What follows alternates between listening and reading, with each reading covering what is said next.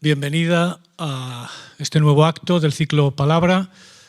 Tuvimos a Canogar el mes pasado, tendremos a Dolores Redondo el mes de diciembre, porque nos gusta la variedad y porque creemos que las palabras no vienen de un solo lugar, sino que vienen de muchos lugares, a veces misteriosos, y de muchas personas, aunque a veces no esperáramos que de esas personas pudieran venir palabras que pudieran interesarnos. No tenemos mucho pudor en esas cuestiones.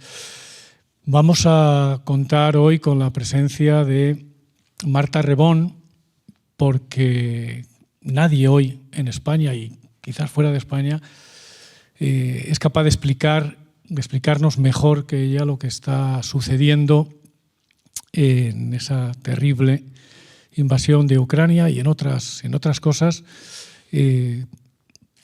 y porque lo hace desde el presente para entender el pasado y el pasado para entender el presente en una especie de hilo que a veces no es tan sencillo de entender como parece.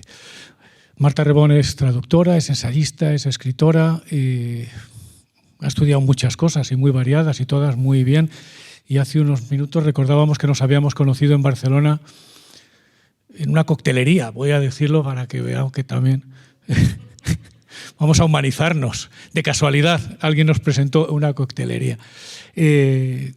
Marta está hoy acompañada por Azahara Alonso, profesora, filósofa, escritora, con una novela que saldrá el mes que viene.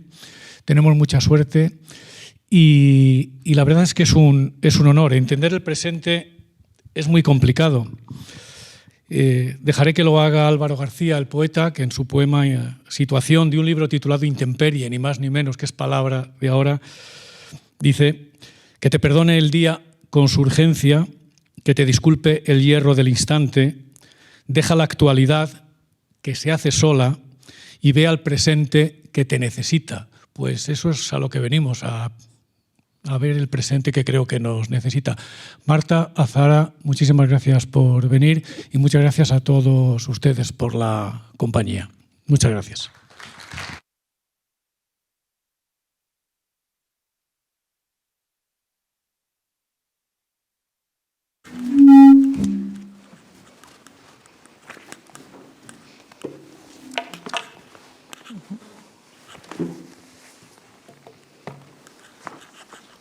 Bueno, pues vamos allá. Buenas tardes, Marta. Muchísimas gracias a Javier por la presentación y por todas estas palabras. Muchas gracias también al Centro Niemeyer por invitarnos a tener esta conversación y, por supuestísimo, muchas gracias a todas las personas que nos acompañan hoy para escuchar. Entiendo que con la misma curiosidad y las mismas ganas de aprender, para escuchar, a Marta Rebón acerca de este tema que, desde luego, es de actualidad. Sabemos que nos vas a hablar y yo voy a intentar tirar del hilo para eso, de temas que son, como ya anunciaba Javier, extremadamente delicados, pero que, entendiendo que desde la perspectiva que tú los planteas, pueden ser mucho más ricos y mucho más entendibles, con un pasado y con una literatura que llegan a explicar cosas que ni siquiera están ahora mismo en la palestra.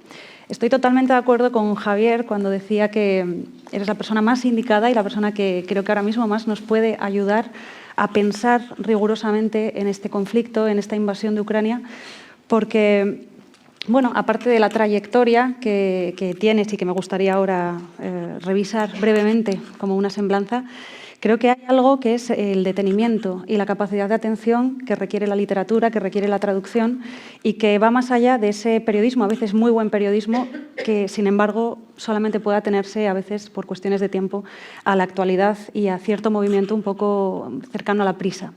Entonces creo que esto es un pequeño oasis para poder pensar y hablar y, como se planteaba también en el ciclo Palabra, para hablar y plantearnos más preguntas y no tantas respuestas que quizá no son satisfactorias siempre, aunque las buscamos. Entonces, esa breve semblanza, para que se hagan una idea, es que Marta Rebón es traductora, efectivamente, es licenciada en Humanidades y en Filología Eslava, y además esa traducción que la ha acercado a la literatura rusa, a literaturas eslavas, a literaturas de esos lugares, te ha llevado a escribir libros, hasta ahora 2, y esperaremos con ganas los siguientes, que tienen una raigambre muy profunda también en esas letras. Estoy pensando, obviamente, en La ciudad líquida, publicado en 2017, si no me equivoco, en Caballo de Troya, y actualmente casi, ¿no?, porque fue en junio de 2022, este libro que es El complejo de Caín, un libro en el que sí, bueno, piensas de otra manera en este conflicto. Bueno, vamos a hablar ahora detenidamente, más o menos, ¿no?, de cada uno para plantearte las preguntas. Para empezar y romper el hielo y darte la palabra, me gustaría hacerte una pregunta lo más distendida posible, que es ¿qué tal estás llevando este momento en el que, al ser una persona a la que acudimos para poder pensar acerca de la invasión de Ucrania, supongo que te estaremos preguntando no solo por el pasado y el presente, sino que en algunos casos incluso te preguntan algunas previsiones y qué ocurrirá en el futuro? Me imagino que es difícil. Bueno, antes que nada, muchísimas gracias por haberme invitado a este centro maravilloso, y además veo mucha gente en la audiencia, lo cual siempre es motivo de alegría. Bueno, para responderte con honestidad a esta pregunta, te tengo que decir que el 24 de febrero lo viví como una absoluta conmoción. Yo me acuerdo que tenía un acto en una biblioteca y es que me temblaba la voz todo el rato, y es algo que me suele pasar desde ese día, porque no estaba preparada todo, y que había leído mucho sobre guerras, y sobre todo Svetlana Alexievich, que es una autora que luego quiero hacer hincapié, porque es la que a mí me ha preparado mentalmente para entender un poco todo el marco mental, ¿no?, que hay detrás de esta guerra. Estás preparado, pero no del todo, ¿no? Y es algo curioso, ¿no?, que tú eliges una cultura. En mi caso, yo no tenía ninguna relación, ninguna ascendencia rusa, ni ninguna relación familiar, y para mí la literatura rusa era como un espacio de conquista, ¿no? Algo que había leído un poco. Primero hice una carrera que era Humanidades en Barcelona, y cuando acabé esa carrera dije, pues ahora voy a estudiar filología eslava. Y es una lengua que a mí me costó mucho, claro, desde un nivel cero ir accediendo, ir subiendo peldaños, y los primeros viajes allí, las primeras lecturas, las primeras traducciones, y de repente darte cuenta de que eso que llamamos cultura, la literatura incluida, es algo sumamente frágil, que creemos que tiene cierta incidencia, y sobre todo ahora, en un momento en que la información vuela a la velocidad del rayo, sorprende que volvamos a estar viviendo una guerra en el corazón de Europa, ¿no? Y bueno, lo he vivido como una crisis, ¿no? Porque hubo un tiempo, o sea, sobre todo el primer mes de febrero y marzo, que decía, ¿de qué sirve nuestro trabajo? Realmente poner otra vez en circulación estos libros que son tan importantes, pero en realidad los que lo tienen que leer, que son los gobernantes, no están en este discurso. Yo creo que si hubieran leído bien a sus propios autores en Rusia, en el Kremlin sobre todo, a Vasily Grossman en específico, seguramente no estaríamos viviendo otra vez este infierno. Hay dos cosas relacionadas con Alexievich, de hecho, que me gustaría, bueno, que pudiéramos ver con cierto detenimiento. Una es que en Los muchachos de Zinc, al principio, dice que no se imaginaba otra vez escribiendo sobre guerra, ¿no?, y que había llegado al cupo máximo de soporte del dolor ajeno, que la sensibilidad ya estaba tan a flor de piel que no se imaginaba que pudiese volver a escribir sobre eso. Y sin embargo, pues se daba el caso de volver a hacerlo. Creo que era en el año 86, de nuevo, ¿no?, después de haber escrito La guerra no tiene rostro de mujer. Entonces, hay un punto, y también te lo planteas tú en el libro, en el que podemos plantear que hay cierta cultura bélica, ¿no?, por la que creo que en un momento dado, lo dices casi textualmente así, son casi más extraños los momentos de paz entre esas guerras que otra cosa. ¿Cómo es esa cultura bélica? Claro, aquí en Europa hemos vivido en una relativa cultura de paz, vamos a decir, después de la Segunda Guerra Mundial. Si te pones a mirar la historia de Rusia, no ha dejado de haber guerras. Esta que comentabas tú, que es Svetlana Alexievich, fue a estudiar al campo de batallas, la de Afganistán, ¿no? La guerra ruso-afgana, que también fue en tiempos soviéticos y fue una guerra muy larga, y en realidad es una guerra que salió derrotada Rusia, aunque no aprendió nada de esa derrota, porque yo creo que si Rusia no ha llegado a ser democrática es porque nunca se ha dado digamos, el permiso para perder. Y en la derrota muchas veces viene la lección democrática, ¿no?, como pasó con Alemania, ¿no? Claro. Pero volviendo a tu pregunta, Svetlana Alexievich yo creo que es una autora imprescindible para entender todos los traumas profundos que atraviesan la cultura rusa, entender también el militarismo como un aglutinador de la sociedad rusa. Uno de los días más importantes del año en el calendario ruso es el Dien Pabyedi, el Día de la Victoria, cuando todos salen con retratos de... es cierto que Rusia tiene una gran importancia, ¿no?, en que se venciera al ejército nazi, y que esto le ocasionó muchas bajas, ¿no? Y entonces casi toda familia tiene alguna pérdida humana. Entonces salen con los retratos, son esas imágenes que nos llegan cada año del Kremlin, tan apabullantes, ¿no? Esto, por el contrario, tiene una contrapartida, que es que estás no cejando en ese empeño de mostrar, poner la guerra siempre en primera plana, y se sacan los tanques y los desfiles.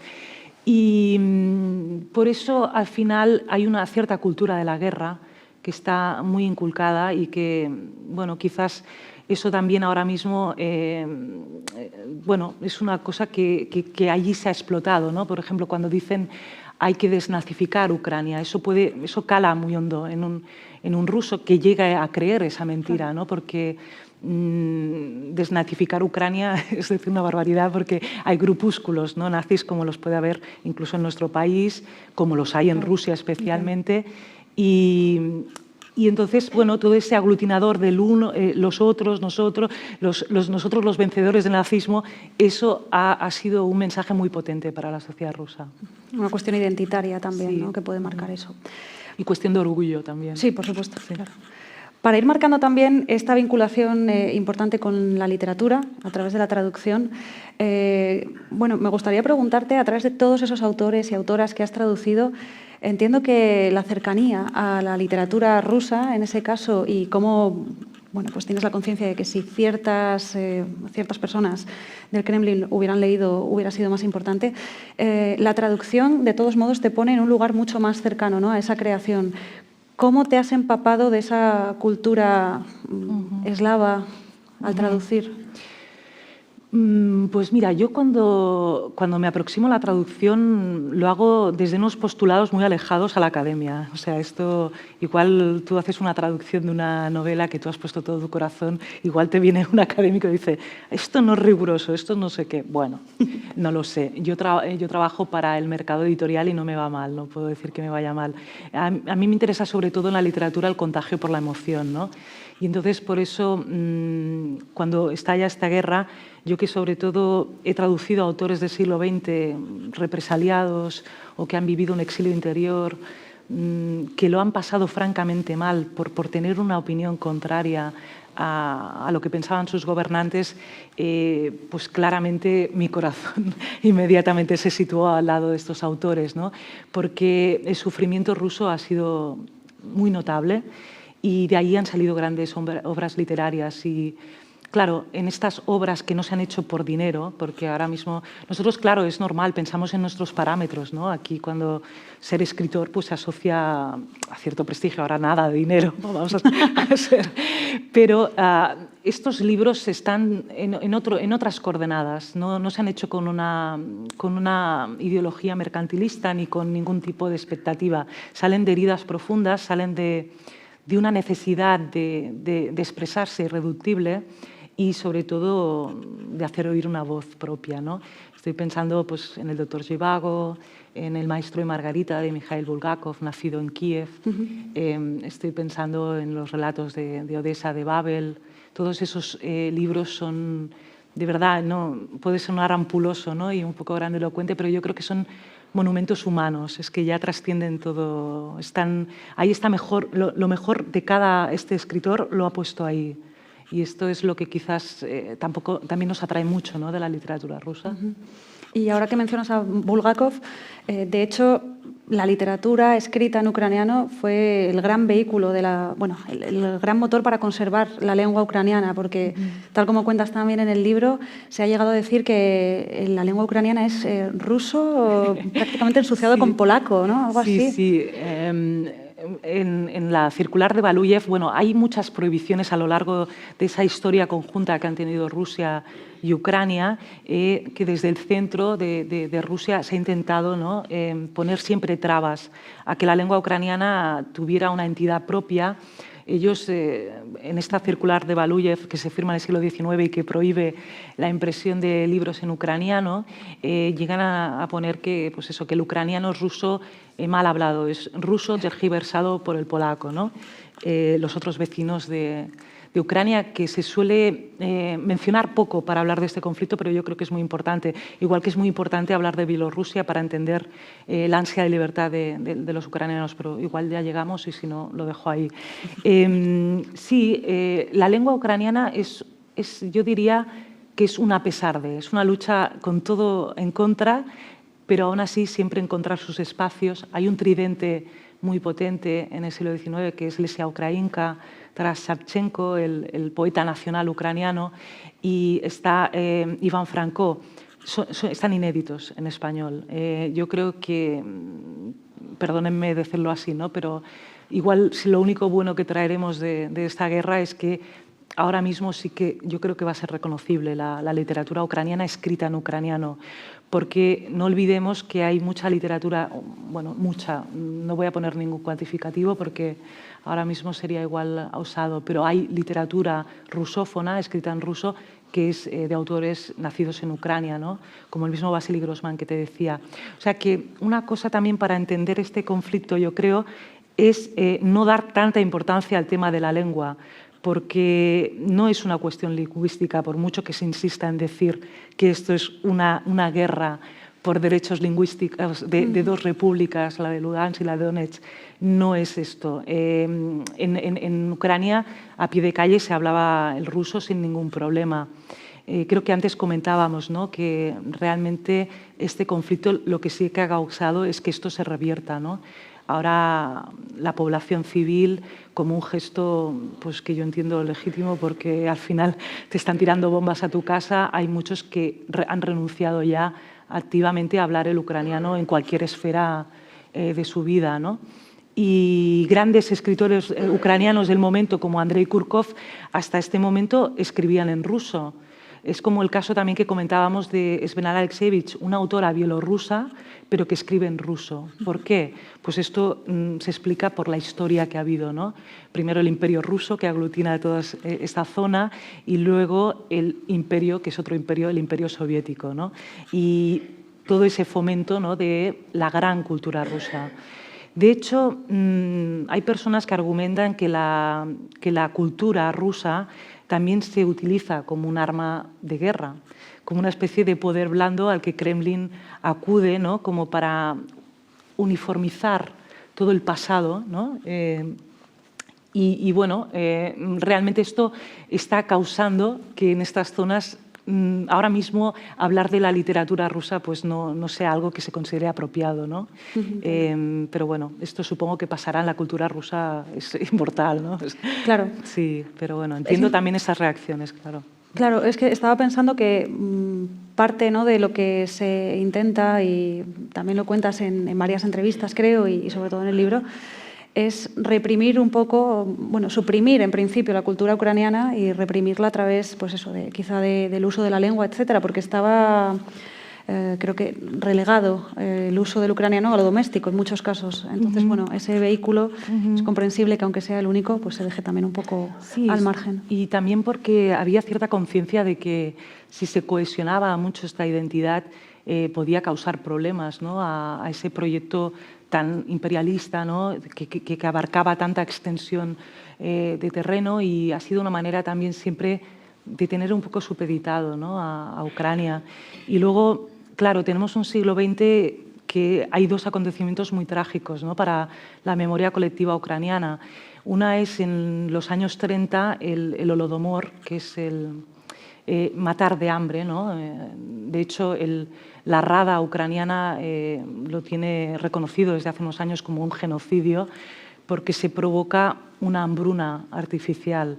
Es decir, en las campañas de colectivización y de requisa de grano, en Ucrania, que es una tierra excepcionalmente fértil, porque tiene una tierra negra que se llama Chernosiom y que esto marca mucho también el carácter de los ucranianos, porque eran capaces de tirar semillas, trabajar 2 horas y luego tenían todo ese tiempo para dedicar a otras cosas. Al contrario que en muchas zonas de Rusia, que son extremadamente pobres en cuanto a nutrientes, ¿no?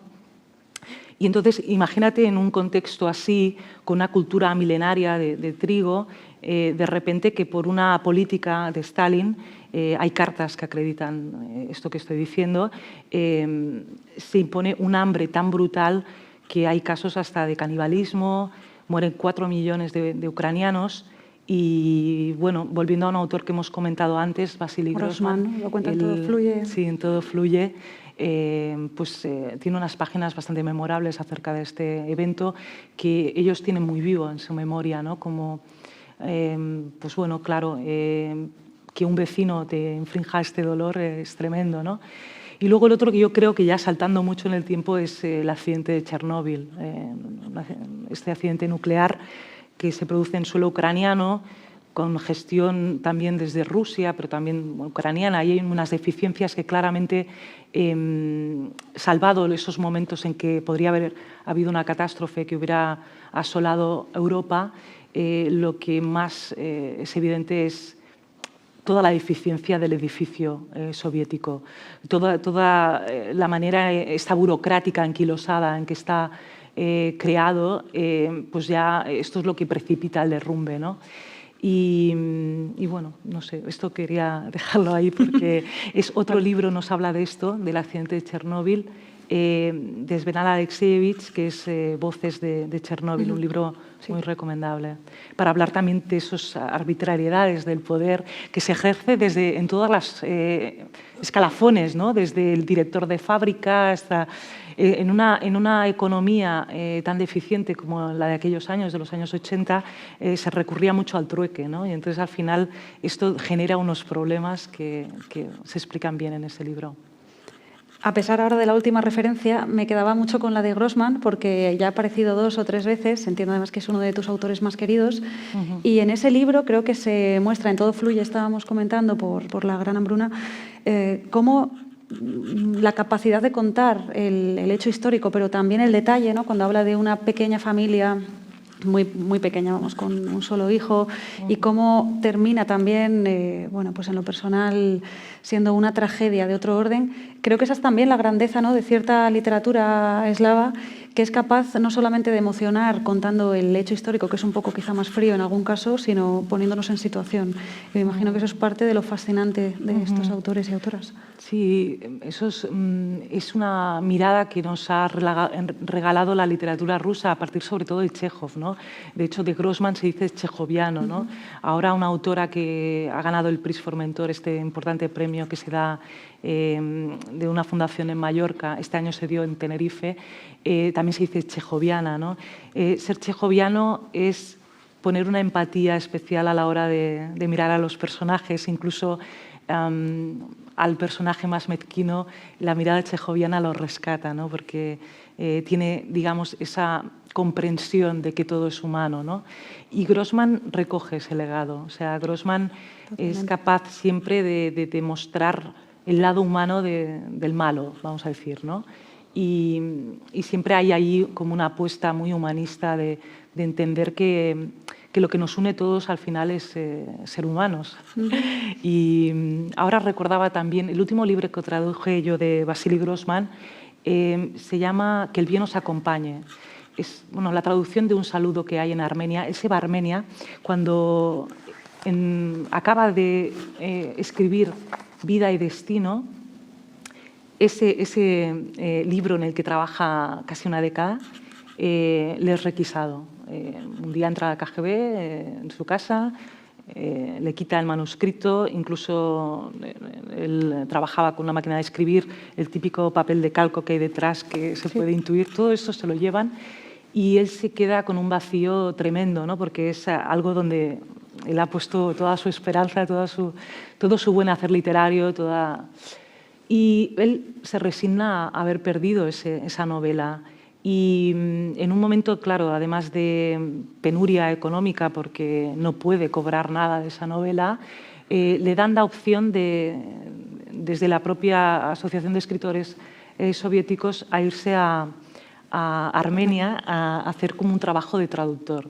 Hay una cosa muy curiosa, esto lo voy a comentar, bueno, así de pasada, pero en la época soviética, claro, como eran repúblicas tan diferentes, cada una con su idioma y tal, una manera, como no todos hablaban las lenguas de los otros, era buscar una persona que entendiera las dos lenguas, pero que no fuera un literato, que no fuera alguien con grandes dotes literarias, y lo que hacía era una traducción literal, o sea, literal. Sí. Y luego venía el escritor, que normalmente estos trabajos se les daban a escritores pues, caídos un poquito en desgracia o tal, era como una manera de no dejarlos del todo en la estacada, pues venía detrás el escritor y le daba vuelo literario a aquello, ¿no? Entonces Grossman se va con un trabajo así a Armenia y su último libro, este que os comento, es muy bonito, ¿no? Porque hay páginas en que hay un capítulo en el que habla de los nacionalismos, ¿no?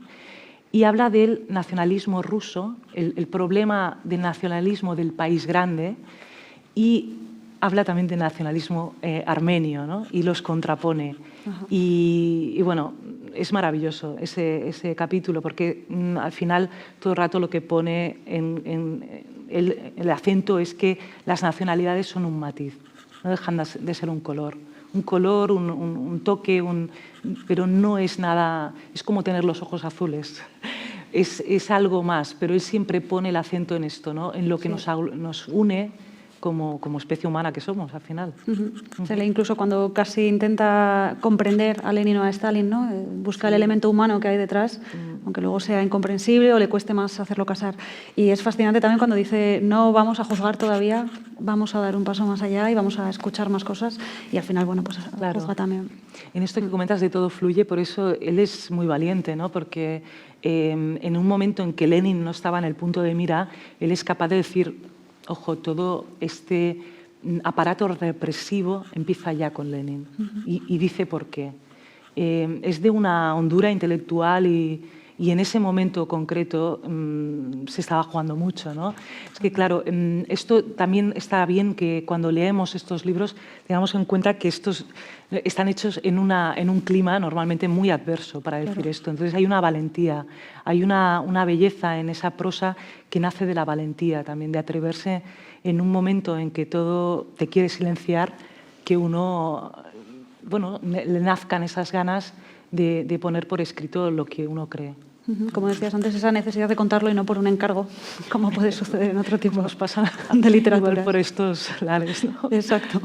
Quería preguntarte también acerca de lo que se ha llegado a denominar el alma rusa, esa búsqueda no tanto a veces de la identidad como de ese extra y que bueno, lleva a caminos un poco intransitables. ¿Qué es el alma rusa? El alma rusa es un invento, bien. Igual que no hay alma española, pero bueno, sí que se puede hablar de un espíritu, ¿no? de los pueblos. Pero el alma rusa, sobre todo, es algo a lo que recurrimos los occidentales.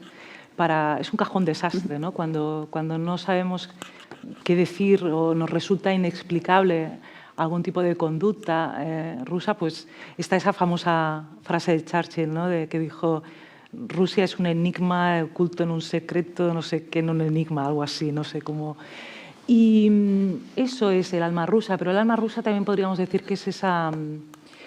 En un país tan extenso, eso crea cierta sensación de anhelo, ¿no? De una comprensión del espacio diferente que les hace ser más nostálgicos. Hay un sentimiento típicamente ruso que se llama toska.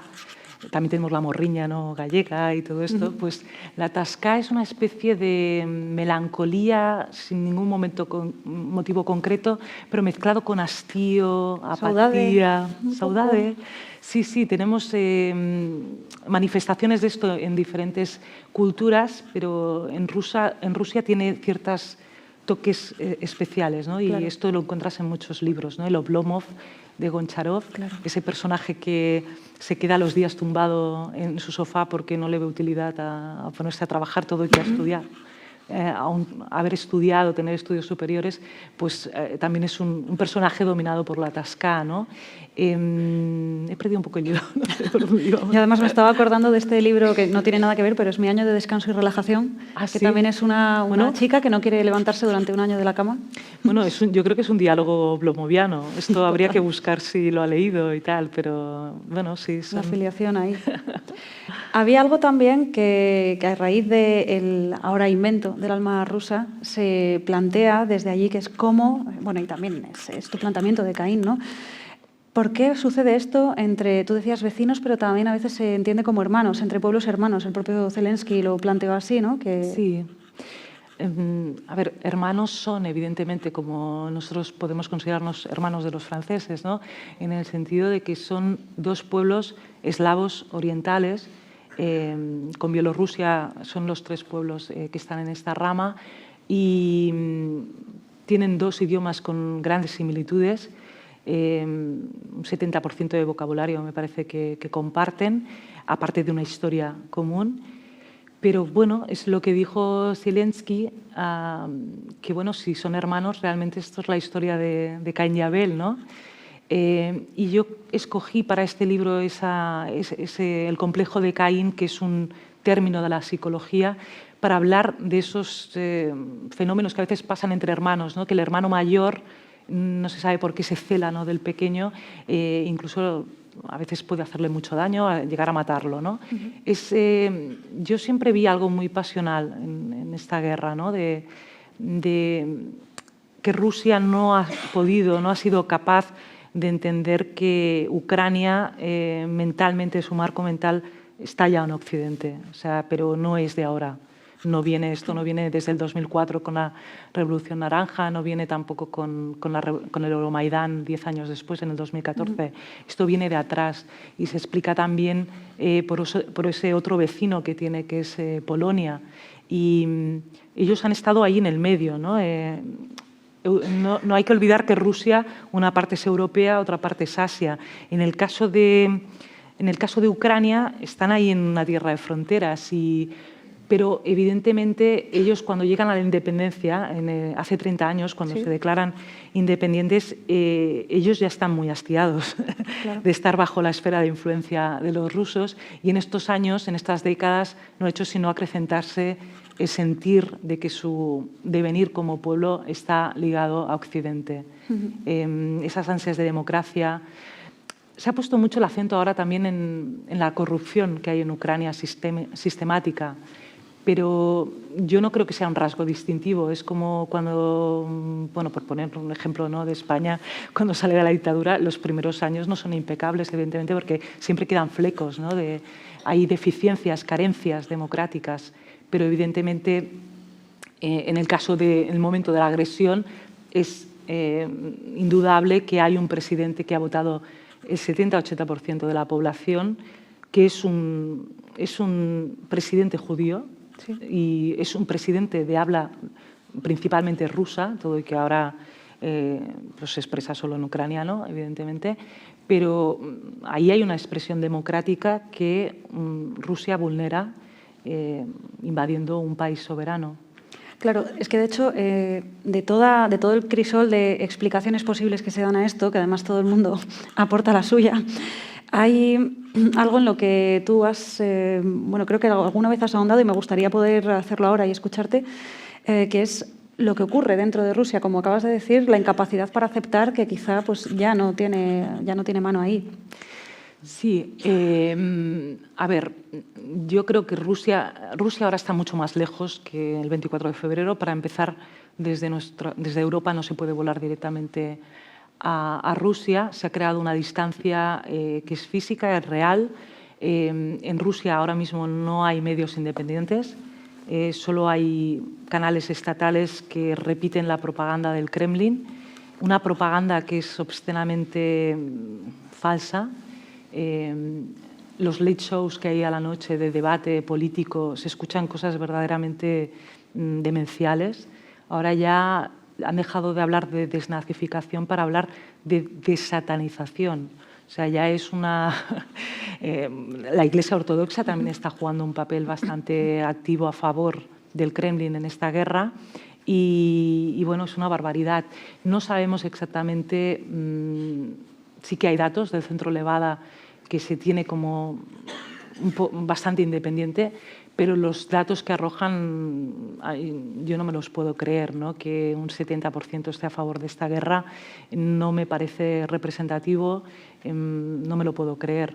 Y, de hecho, los escritores en activo que se han exiliado, muchos viven ahora en Berlín. En Berlín está Osipov, está Lyudmila Ulitskaya, está también Svetlana Alexievich.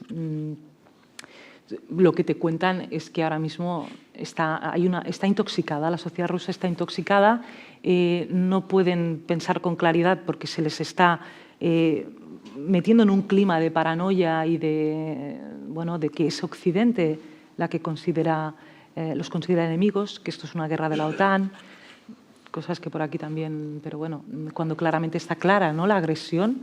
Pero yo creo que todo lo que se diga más de eso es más confundir que aportar datos de claridad. No ha sido la OTAN la que ha atacado Rusia. Esto que se dice, que se alega de que la OTAN creció hacia el este, hay que leer un poco la historia.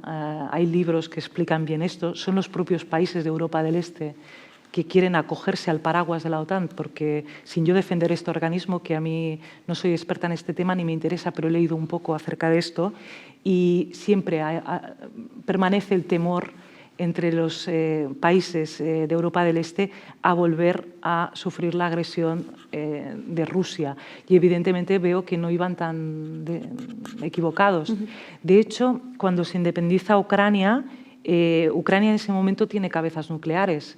Y para que Rusia se mantenga lejos de Ucrania, se firman unos memorandos, el memorando de Budapest, por el cual Ucrania le da todo su arsenal nuclear a Rusia. O sea, que es que ahora mismo no tiene armas nucleares porque las da voluntariamente con la condición de que nunca ocupe su territorio.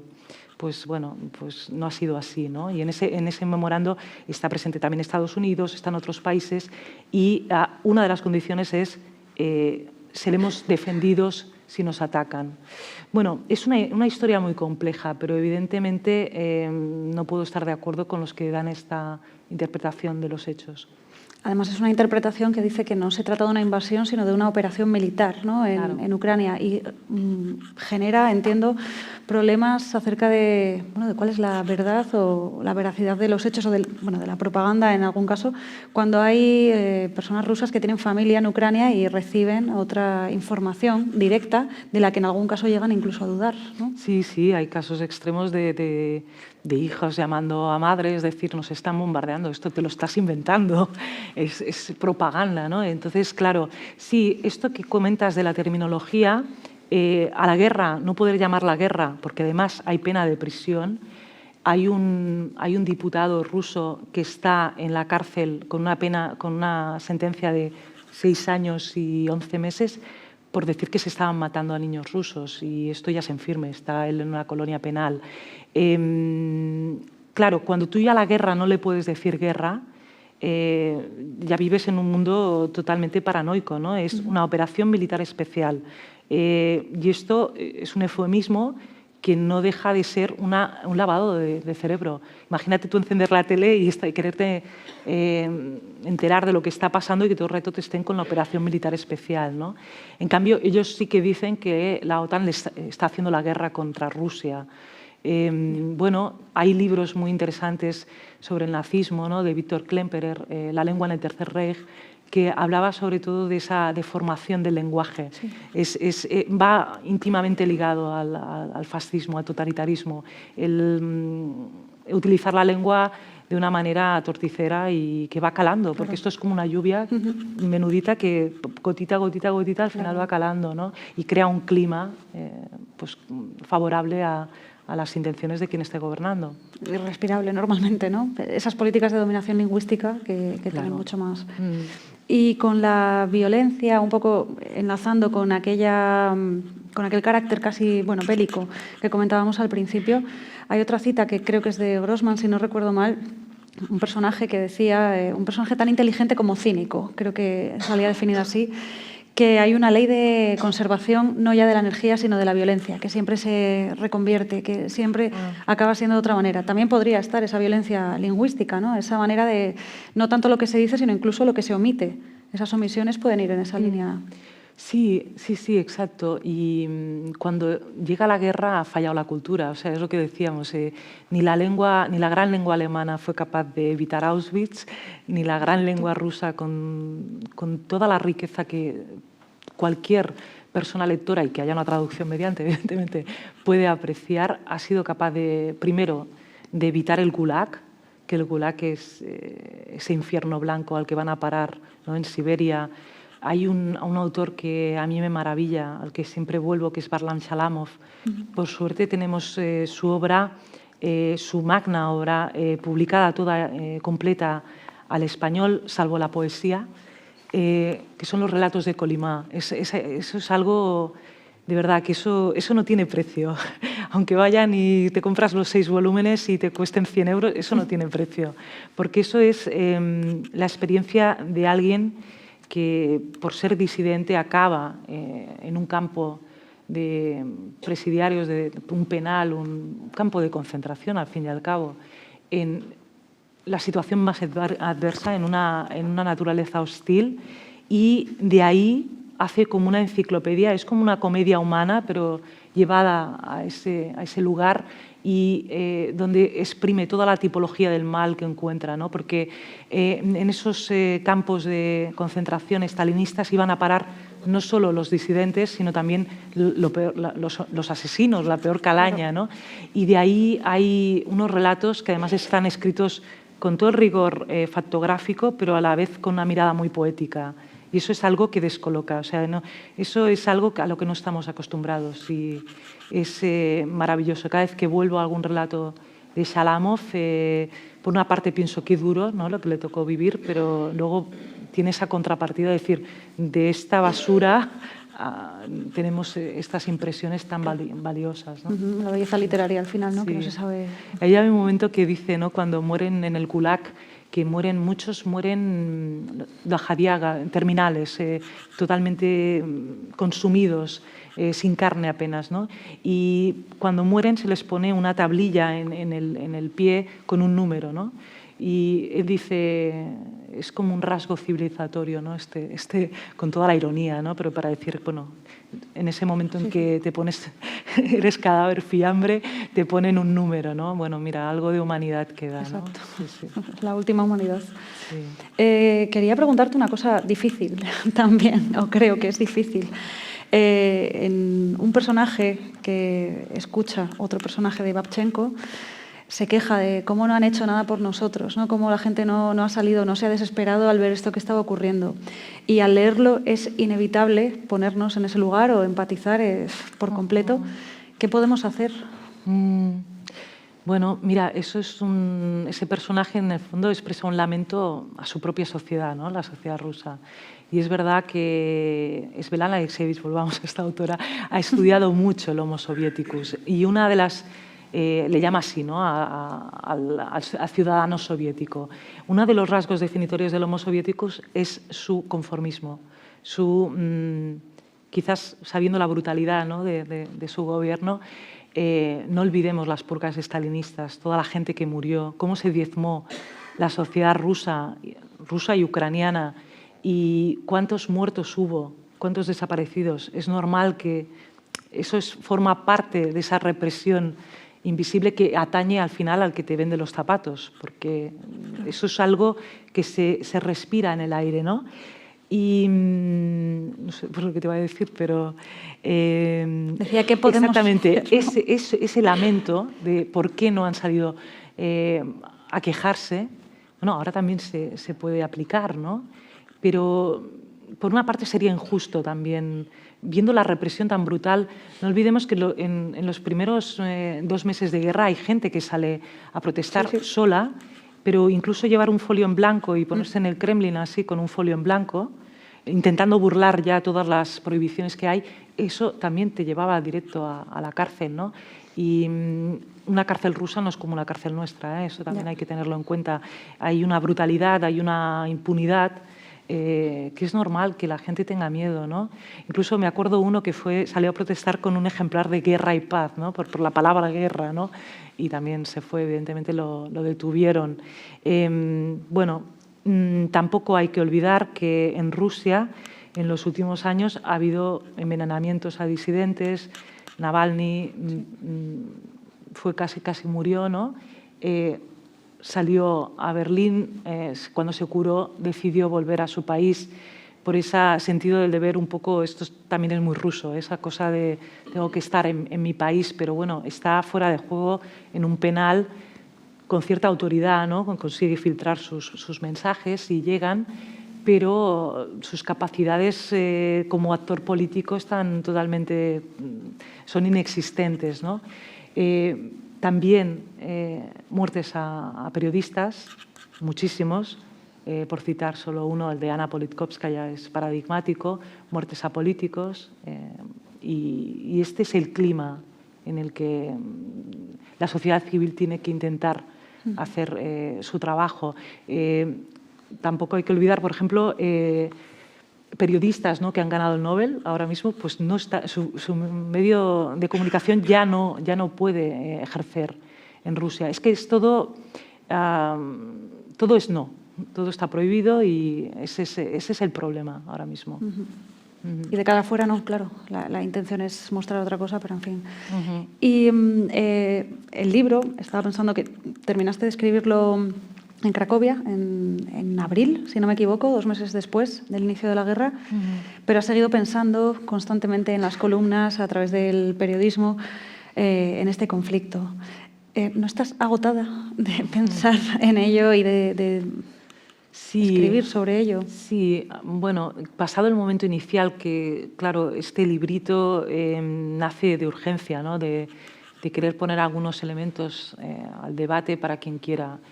Porque yo creo que una mirada simplemente geoestratégica, política o periodista le falta algo más, ¿no? Claro. Sustancia y también recorrido histórico, ¿no?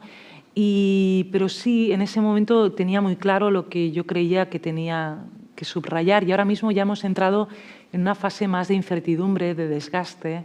Yo no puedo dejar de pensar en los ucranianos que ahora mismo ya están en temperaturas bajo cero y ya tienen el 40 o 50% de su energía totalmente fuera de servicio. Y eso puede causar una catástrofe humanitaria sin precedentes que, teniendo en cuenta el Holodomor, si lo piensas, no deja de tener un eco siniestro, ¿no? Igual que cada vez que yo veía imágenes de Zaporilla, ¿no? tomada por los rusos, no dejaba de pensar en Chernóbil, porque todo eso también forma parte de la guerra psicológica, ¿no? No hay ningún ucraniano que cuando vea a un ruso en una central pueda olvidar, ¿no? lo que ocurrió y claro, es que es muy penoso. Ahora mismo hemos entrado en una fase que no se ve claramente si va a ser largo, si puede haber un vuelco de la situación, todo apunta a que no. Pero bueno, ahora ya estamos en desgaste total, ¿no? Y es un poco ese tiempo del que habla Alexievich, ese segundo tiempo que no Sí. tiene un futuro. Claro, un tiempo de segunda mano, un tiempo de prestado, un tiempo que ya ni te pertenece porque tú no eres dueño de tu destino. Sí, no está nada mal visto, es un tiempo de segunda mano, es un tiempo, bueno, pero que hay que decir que, sin querer hacer agiografías ni nada de esto, pero que me parece que Ucrania ha dado lecciones importantes para Europa. Aquí, desde nuestra comodidad, ¿no? de la poltrona, que se suele decir, ¿no? Solemos decir, democracia, bueno, pero nuestra democracia es imperfecta. Bueno, sí, es imperfecta, evidentemente, pero claro, aquí podemos tener medios, ¿no? de comunicación, a nadie lo detienen por salir a protestar a la calle, ¿no? Entonces, me parece que Ucrania está dando el valor de lo que es luchar por la democracia. Vasily Grossman tenía una frase que decía: el ansia de libertad en el ser humano es inextinguible, y evidentemente ellos lo están demostrando. Y después hay una autora polaca que a mí me encanta, que es Szymborska, que tiene un poema, no sé si lo recuerdas ahora, que es lo que ocurre después de la guerra también, ¿no? No solamente eso, que se hablaba al principio de va a ser una guerra rápida, como si eso fuera mejor, Pero el después, incluso ese poema que dice quién va a reconstruir después todo esto y cómo, y hay algunos versos que son también terribles, dice hay que apartar las cosas de la calzada para que pasen los carros con los cadáveres. Esa reconstrucción tampoco es fácil de imaginar ahora, ¿no? Desde ese tiempo de segunda mano. Claro, es que en el momento que hay una guerra y tan grave como la que ha habido ahora y que se está alargando, ya pronto cumpliremos un año, ya es irreparable, o sea, ya has llegado al punto de no retorno. Entonces, esto va a tener coletazos, aunque mañana ellos llegaran a un acuerdo de paz que parece, cada vez veo más en las noticias que ya se habla de que podría estar cercano por contactos del gobierno de Estados Unidos con Rusia directamente y tal, pero bueno, que ahí hay que contar siempre con la voz de Ucrania. Ucrania tendrá la última palabra. Una vez, incluso cuando ya estemos en ese escenario de firmar un acuerdo de paz, porque algún día se firmará, esto tendrá coletazos inmensos, ¿no? Para empezar, ya ha cambiado la situación lingüística en Ucrania, ya no volverá a ser de un bilingüismo más o menos normalizado, ¿no? Esto no podrá ser esto, ¿no? Y bueno, es muy penoso, pero ya hay niños amputados, hay vidas humanas que han desaparecido por no ser capaz, ¿no? de hablar, y lo penoso de este caso es que hablaban la misma lengua, ¿no? Y yo creo, pues vuelvo a decir lo mismo, que si hubieran leído a sus autores, ¿no? Si hubieran leído a Vasily Grossman y tal, pues es que realmente autores que te alertan, ¿no? de toda la penosidad de la consecuencia de la guerra, y se vuelve a incurrir en lo mismo, ¿no?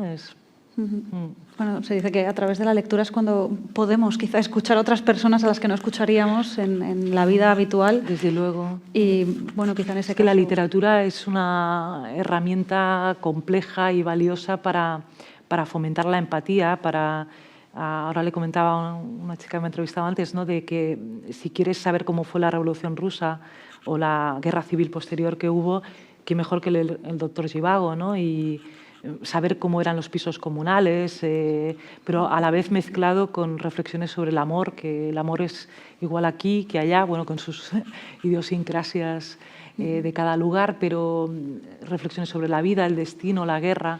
Todo eso es lo que nos regala la literatura, ¿no? La buena literatura nos regala eso. Y esas particularidades de lo que piensan realmente otras personas o cómo viven esas mismas situaciones, que parece que siempre hay un egocentrismo en eso. Voy a ver cómo vamos de hora, porque sería interesante ir abriendo quizá el debate o las preguntas, ya que tenemos a Marta Rebón aquí, al público. Disponemos de un micrófono, me han dicho, entonces si a alguien le apetece preguntar, lo único es que tiene que esperar a que le llegue el micrófono para que se oiga súper bien. ¿Alguien quiere preguntar algo? Entonces... No me lo podía creer. Aquí, ¿no? Sí.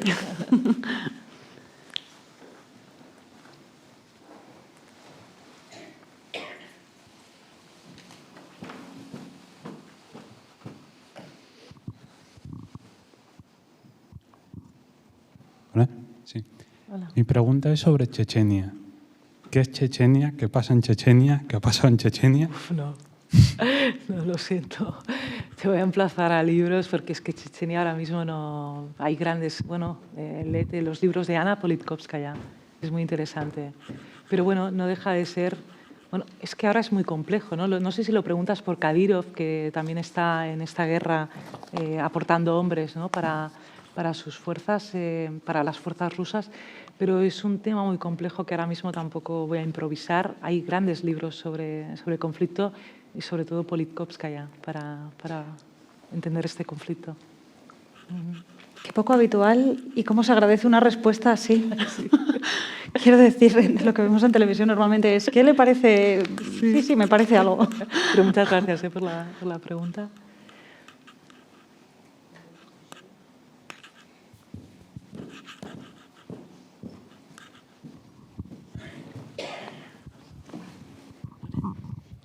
No, yo quería preguntar que si solamente encuentras que la literatura rusa es la mejor a la hora de explicar el sentimiento que hay en una guerra, o si lo has podido encontrar mejor en otra literatura. Pero yo pienso que, bueno, hay tantos países, ha habido tantas guerras. Claro, yo es la que conozco mejor. pero evidentemente Rusia, al tener una historia tan marcada por la guerra, pues tiene mucha literatura en que reflexiona sobre la guerra, y yo no he encontrado otra literatura. Si alguien lo sabe, pues que lo diga y yo también me pondré a ello, pero la literatura rusa me parece bastante paradigmática en cuanto a ahondar en todas las miserias, ¿no?, que acarrea una guerra, pero evidentemente no es patrimonio de Rusia, evidentemente.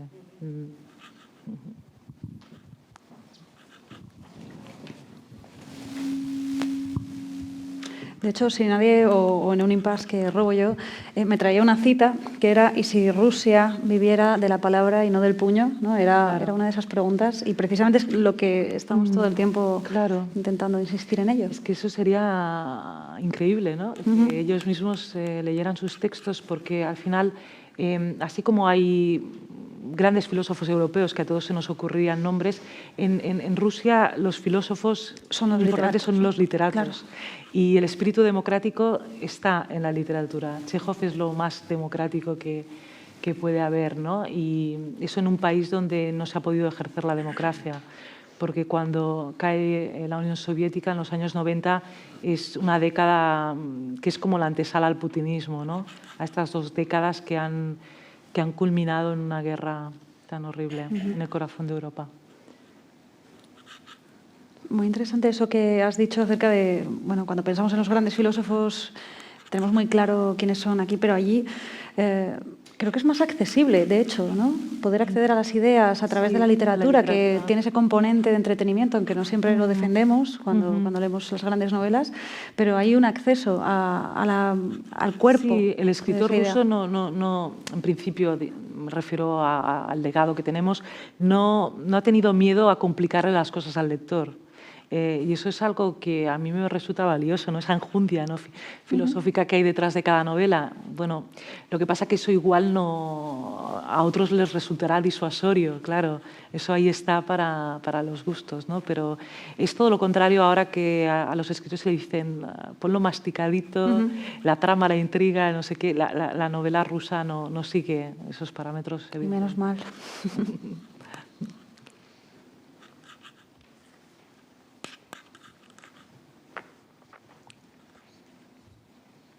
Vale, ya que también. Hay otra.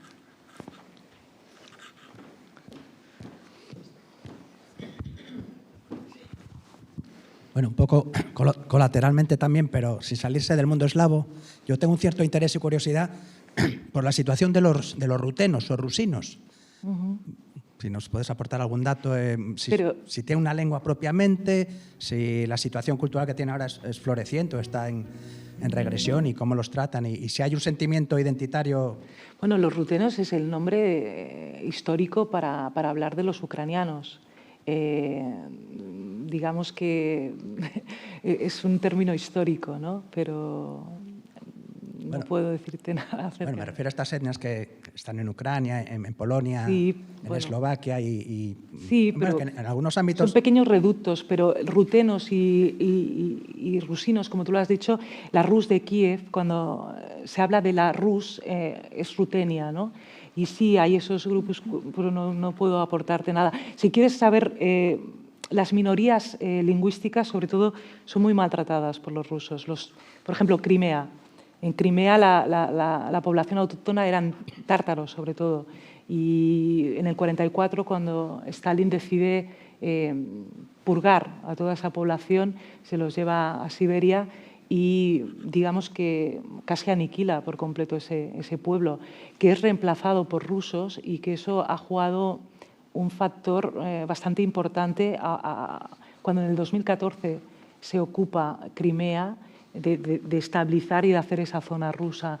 Hay un problema de parte ruso para acoger la diversidad, y estas minorías lingüísticas suelen ser bastante fagocitadas, es lo único que te puedo decir. Bueno, lo que pasa planteado no solo por los rusos, sino en Polonia o en No, pero no, Ucrania es mucho más abierta a los diferentes credos, y hay una sensibilidad que incluso ahora se recoge también en su... La zona de los Cárpatos, se impulsaba esa cultura... No, pero Rusia, te aseguro que es por esa mentalidad imperialista de imponer una cultura más homogénea, yo creo que sí que podemos decir que tiene un particular problema con la diversidad, por ese carácter homogeneizador que tiene. Pero bueno, muchas gracias por tu pregunta. Spasiba.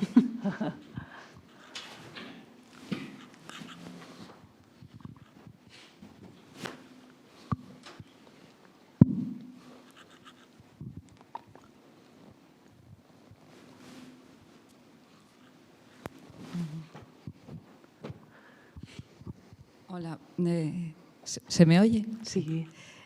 Quería que nos comentaras un poco sobre la labor de la traducción, que antes parecía que era como una figura oculta, que no figuraba en las tapas del libro, y ahora está empezando a ser más reconocido, ¿no?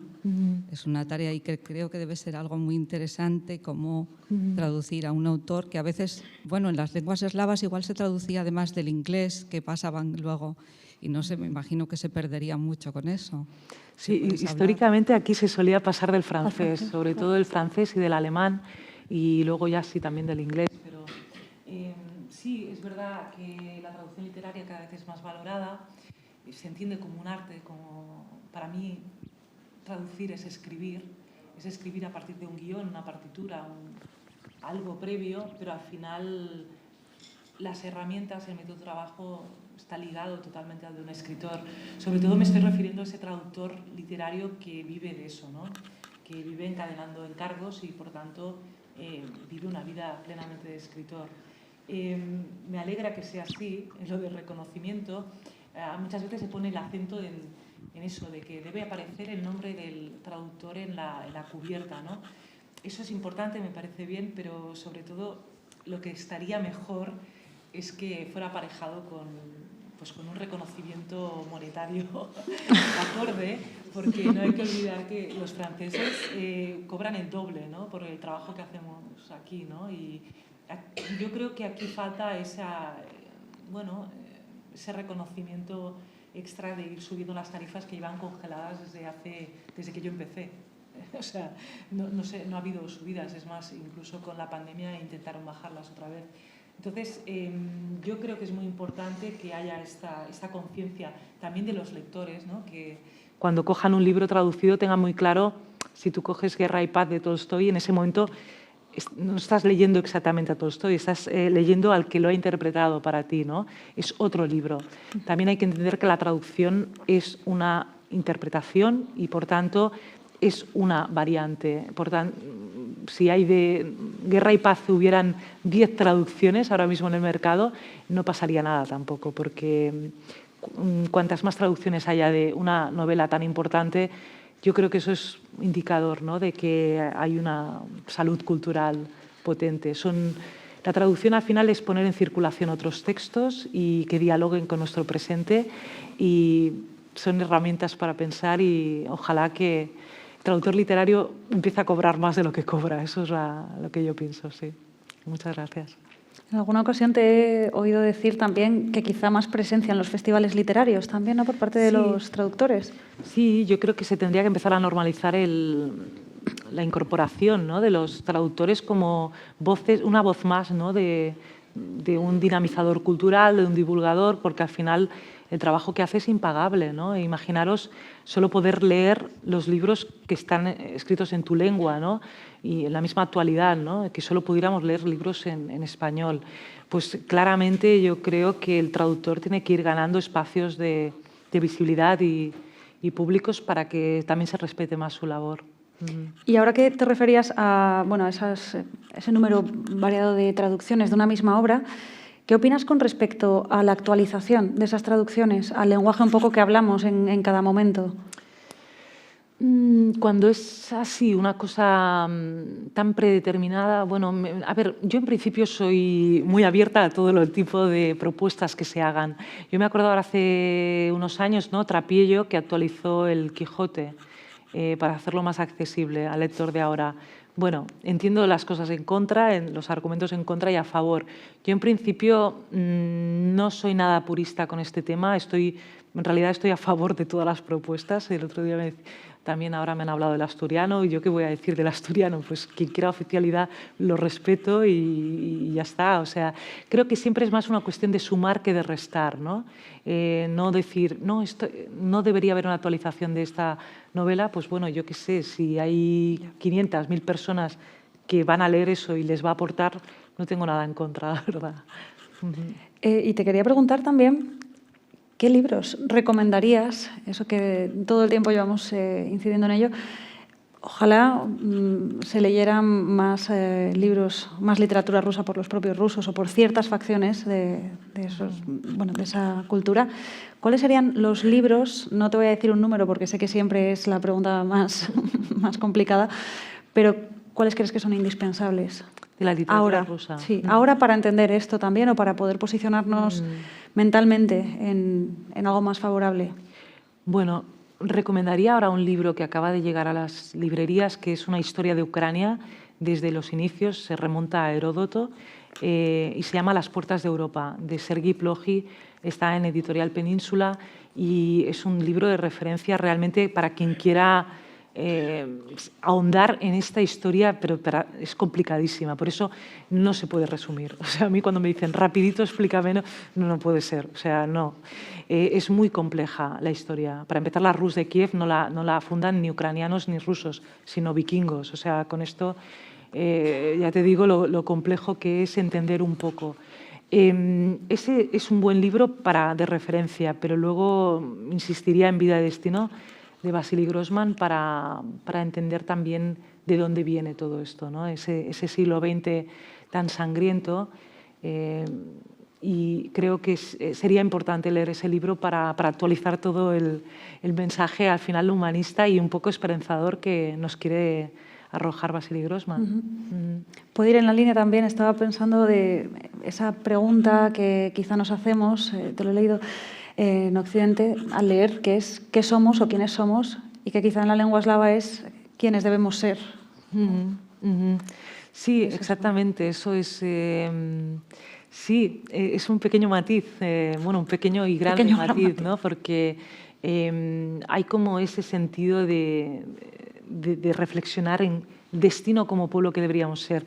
Volvemos a insistir, ¿no? que Rusia tiene una parte europea y otra asiática y eso crea ciertos dilemas, ¿no? a la manera de entender. De hecho, Rusia o no vamos a decir toda Rusia, ¿no? Cierto sector de Rusia defiende que ellos son una civilización por sí misma, ¿no? Y que por eso hay una especificidad rusa y que ellos tienen derecho a actuar de manera propia y sin el baremo occidental. Bueno, bien, siempre que no sea a costa de invadir otros países, ¿no? Todas las opciones están bien, ¿no? Sí, grandes libros sobre rusos ha sido qué hacer, qué debemos hacer, de quién es la culpa, de quién tal. Bueno, en eso tendrán que seguir ahondando y lamentablemente en este debate entre occidentalistas y eslavófilos, de momento han ganado los eslavófilos y nos han vuelto a llevar a un camino que ya se ha transitado y que habrá que volver a deshacer para volver a construir. O sea que, lamentablemente, habrá que volver a insistir en cosas que ya sabíamos. Bueno, estoy robando tiempo de las preguntas del público. No. Aquí en Asturias hubo muchos niños que marcharon cuando la guerra civil va ahí hasta Rusia. ¿Te has encontrado en la literatura rusa historias sobre esos niños? Que yo sepa, no. Hay ciertas referencias, pero no hay la gran novela de los niños de Rusia y es una pena. Es un tema que me interesa muchísimo porque lo que vivieron se conoce, yo creo que aún poco. Aquí lo conocéis más porque tanto en el País Vasco como aquí salieron muchos niños que iban solos y que pasaron penurias tremendas, ¿no? Yo recuerdo haber leído, ¿no?, los que fueron por Francia, ¿no?, de que eran barcos llenos de ratas, que ya enfermaron nada más embarcarse y algunos ya perecieron también en estos viajes. Y lo penoso de estos niños es que luego cuando llegan a Rusia son acogidos. Hay que decir que ahí los rusos brindaron una acogida muy afectuosa, poniendo profesores en español para estos niños. Lo que pasa es que luego se encontraron la Segunda Guerra Mundial, ¿no? Y claro, huyendo de un terror, acabaron en otro. Y son historias, algunas muy dramáticas y otras más felices. De hecho, hay muchos traductores que vienen de esa experiencia, ¿no? Yo he tenido en la Universidad de Barcelona, 2 profesores míos eran niños de Rusia. Teníamos a Ricardo San Vicente y Elena Vidal. Elena Vidal, hija de un gran traductor literario, que bueno, es también esa otra cara, ¿no? del intercambio cultural, ¿no? A veces una cosa tan adversa como una guerra lo que crea al final es, si te exilias a ese país, no dejas de ser al final un puente, ¿no? de doble dirección. Pero bueno, sí, yo creo que tiene un libro esto. Ahora me parece que hay ya libros. No he ido siguiendo las novedades editoriales. En español tenemos el baile de las marionetas. ¿Cuál? El baile de las marionetas. ¿Es novela? Sí, es novela. Y está hablando sobre estos niños y cómo vivieron, cómo los cuidaron, pero luego ya llegó un momento el título ya parece bastante elocuente. ¿Es de una escritora asturiana? No. No. ¿Cómo se llama? No. Bueno, mira, me lo apunto. En cuanto. Sí, el baile de la marioneta. Sí, es muy bonito. Ajá. Y luego otra cosa que te iba a decir, cuando hablabas de las traducciones, yo me recuerdo, creo que era Freud, que había aprendido a hablar español solamente por leer El Quijote en español. Y decía, bueno, vaya tontería, digo, si ya se lo traducen. Y resulta que no, que es bueno leerlo en el propio idioma. Sí, a ver, quien tenga las fuerzas, el ímpetu y todo, yo les recomiendo no leer Vida y Destino, sino leer Jeans y Sudva, o sea, leerlo en la lengua original, porque en una traducción se pierde siempre. Ahora, el que no sepa la lengua, el ruso, pues realmente pues va a ganar, ¿no? O sea, yo siempre digo que la traducción es el arte de perder para ganar. Se pierden matices, es indudable. Pero bueno, ganas todo el poder leer una novela que en una lengua que no conoces, ¿no? Yo cuando lo leí digo yo, qué pérdida de tiempo, pero bueno, parece ser que no. Sí. Mira, el libro El baile de las marionetas es Mercedes Guerrero. ¿No leo muy bien con estas gafas? Sí. Es muy bonito. Pues mira, me lo apunto. Muchas gracias.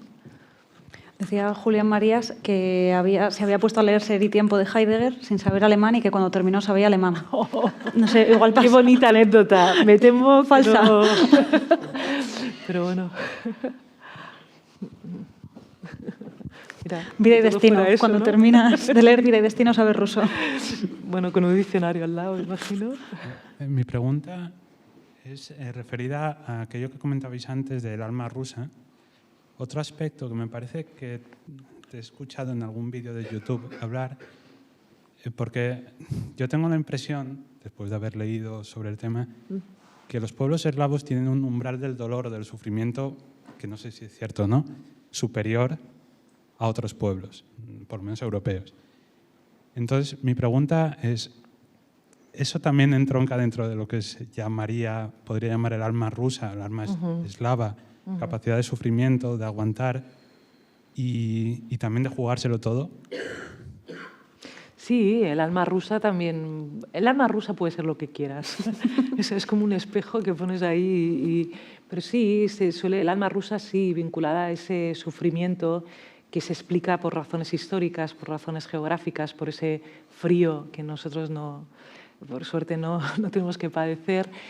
Pero el alma rusa en realidad es todo lo que tú quieras, de verdad, ¿no? Es como un caldero y vas metiendo ingredientes y al final tienes un potaje al que le llamas alma rusa, que está muy bien, de verdad, para hablar de todo aquello que nos resulta extraño.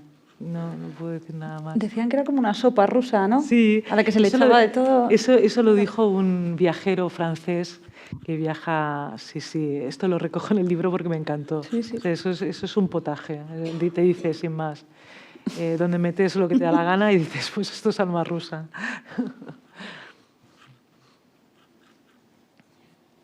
Bueno, pues vamos a ir dando el encuentro por acabado. Estaríamos hablando contigo, creo que eternamente, Qué placer, así que te seguiremos leyendo. Muchas gracias. Muchas gracias y muchas gracias por las preguntas.